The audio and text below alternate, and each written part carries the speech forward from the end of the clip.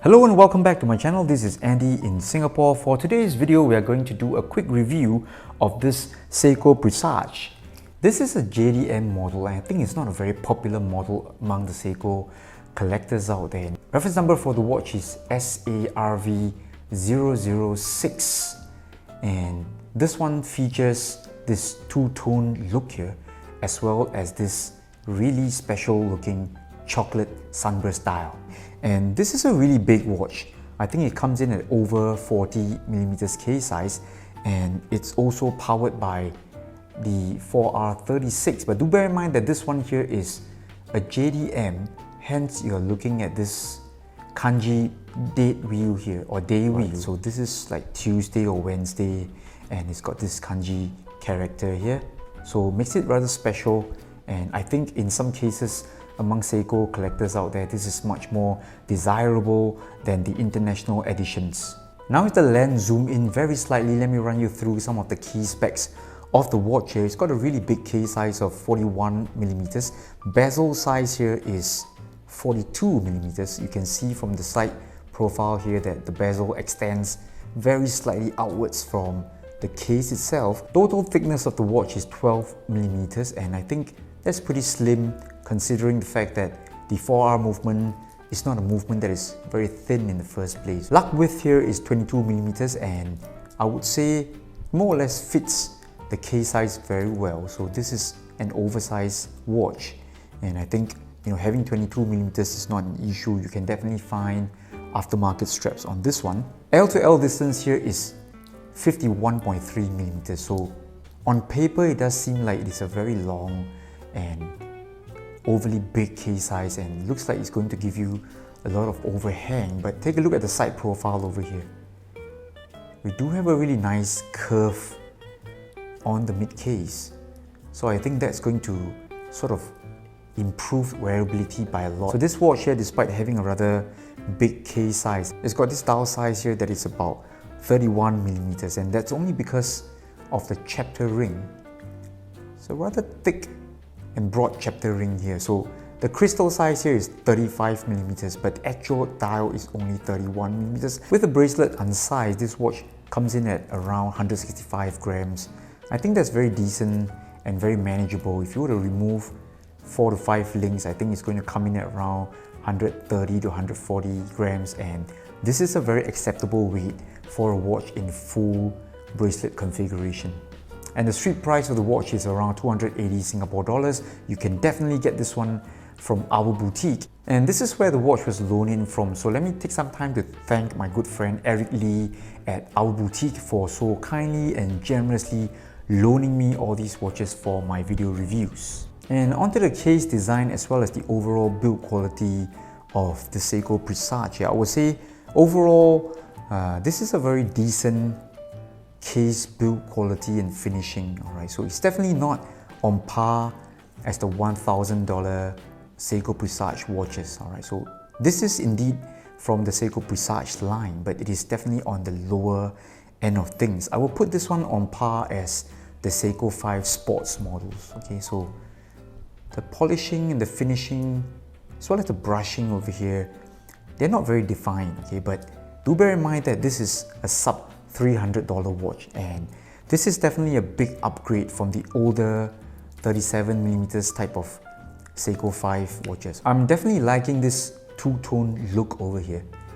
This is a good mix of stainless steel finish as well as this rose gold IP coated bezel as well as some of the mid links here of the bracelet.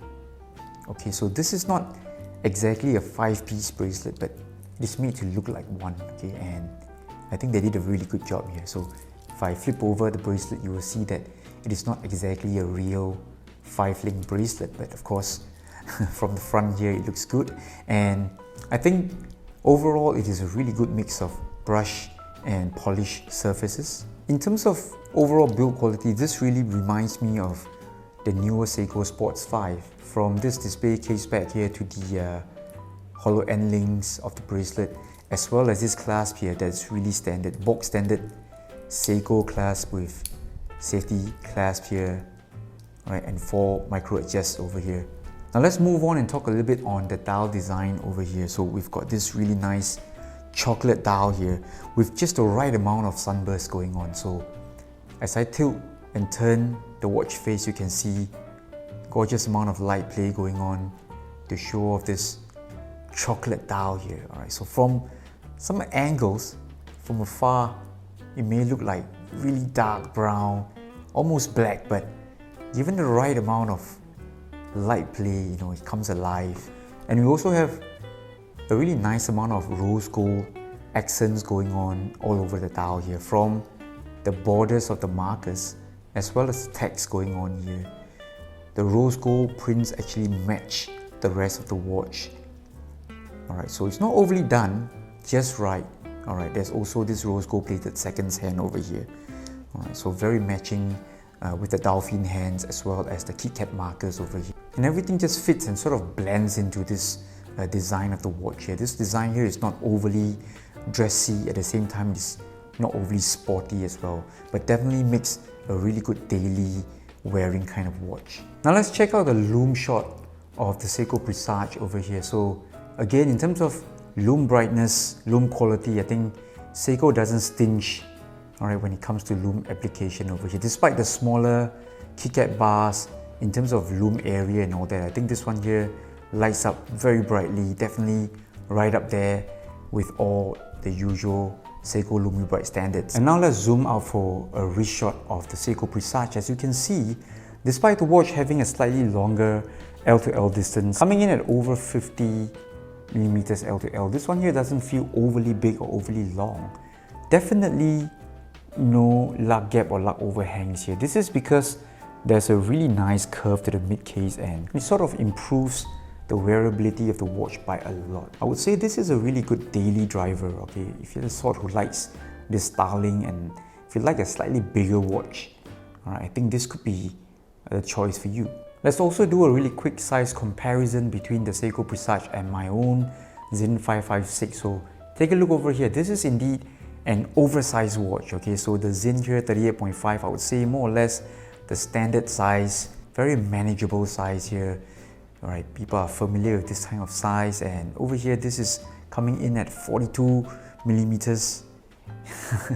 I'm not too sure if this size here is a suitable size for such a design, so definitely a watch for bigger wristed individuals or those who prefer a bigger dial for easy reading of time. So in summary, I would say the SARV006 is a pretty good watch if you're looking for this style here that is suitable for daily wearing, not overly expensive, alright? So this is a JDM model coming in under 300 Singapore dollars, but I'm not too sure if this case size here is a suitable size for this type of looks, this type of design, okay? For this type of look here, I think it is best to keep it to under 40 millimeters. So definitely a watch to consider for those who are bigger wristed individuals. So there you have it. That was my review of the Seiko Presage JDM model SARV006. If you like this watch, if you like this video, please remember to subscribe to my channel,